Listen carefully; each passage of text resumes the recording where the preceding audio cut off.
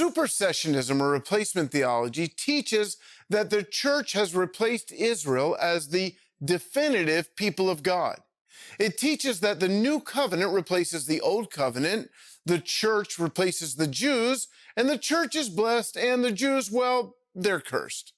Of course, they seem to forget that the new covenant was promised initially not to the nations, but exclusively to Israel. We read in Jeremiah, "The days are coming, declares the Lord, when I will make a new covenant with the people of Israel and the people of Judah."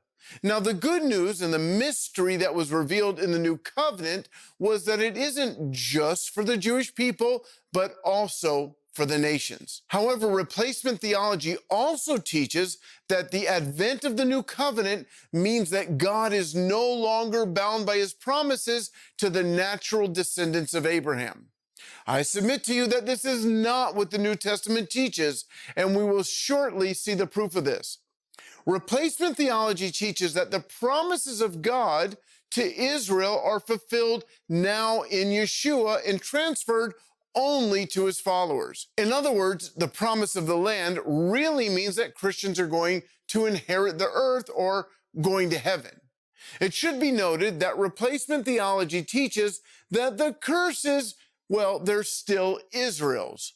Oh, joy. Eusebius, the 3rd century historian, taught that the promises of scriptures were meant for the Gentiles and the curses were meant for the Jews. He asserted that the church was the true Israel. Adherents of replacement theology tell us that the church fathers believed that Israel had been superseded by the church. However, they often leave out the blatant hatred that the church fathers developed toward Israel. Hilary said, "Jews are a perverse people accursed by God forever." Gregory of Nicaea declared, "The Jews are a brood of vipers, haters of goodness." And St. Jerome said, "Jews are serpents wearing the image of Judas. Their psalms and prayers are the braying of donkeys." Let me just note that St. Jerome seems to have forgotten that the other 11 disciples, plus Paul, were also Jews who actually spread the good news of Yeshua to the nations so that they could partake in it. And there was only one Judas. The last quote comes from a man they called the Goldenmouth. So eloquent were his sermons. 35 years ago, in my church history class in Bible school, the textbook presented John Chrysostom as a deeply godly man.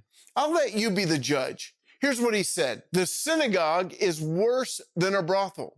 It's a den of scoundrels and the repair of wild beasts.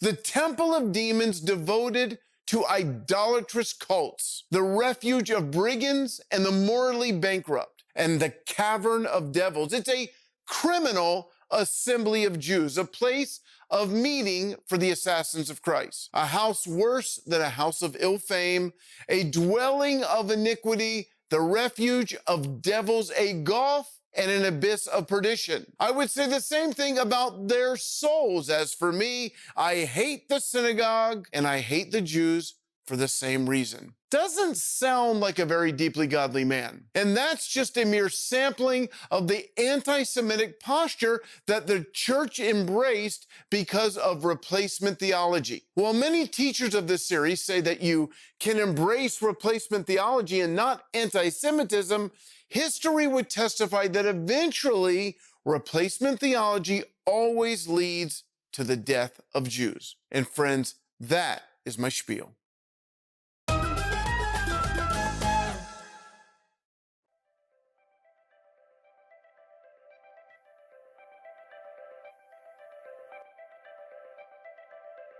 Shalom, everybody. I'm Ron Cantor, the Regional Director for God TV in Israel.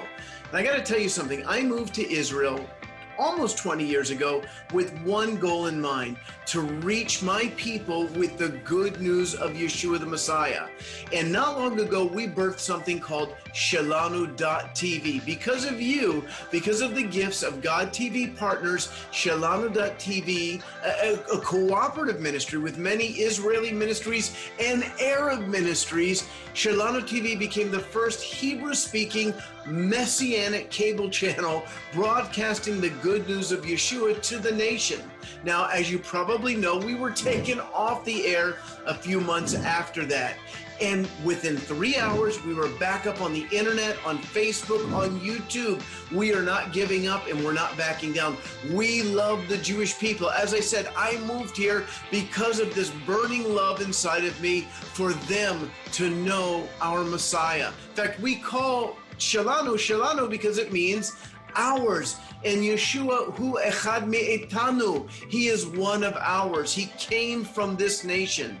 So I want to thank you during this 25th anniversary for birthing Shelanu TV. And I want to encourage you to continue to pray, continue to support Shelanu TV, because as we reach the Jewish people with their Messiah, with their Yeshua, according to Paul, that's going to release a greater riches revival all throughout the world. That's in Romans 11, verse 12 and verse 15.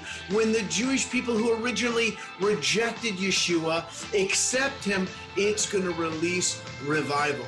So friends, here we are 25 years into it. We're not giving up. We're moving forward, and you are reaching the Jewish people with the good news of Yeshua. And not just the Jewish people, you are reaching people all throughout the world. God bless you on this 25th anniversary for God TV. Shalom.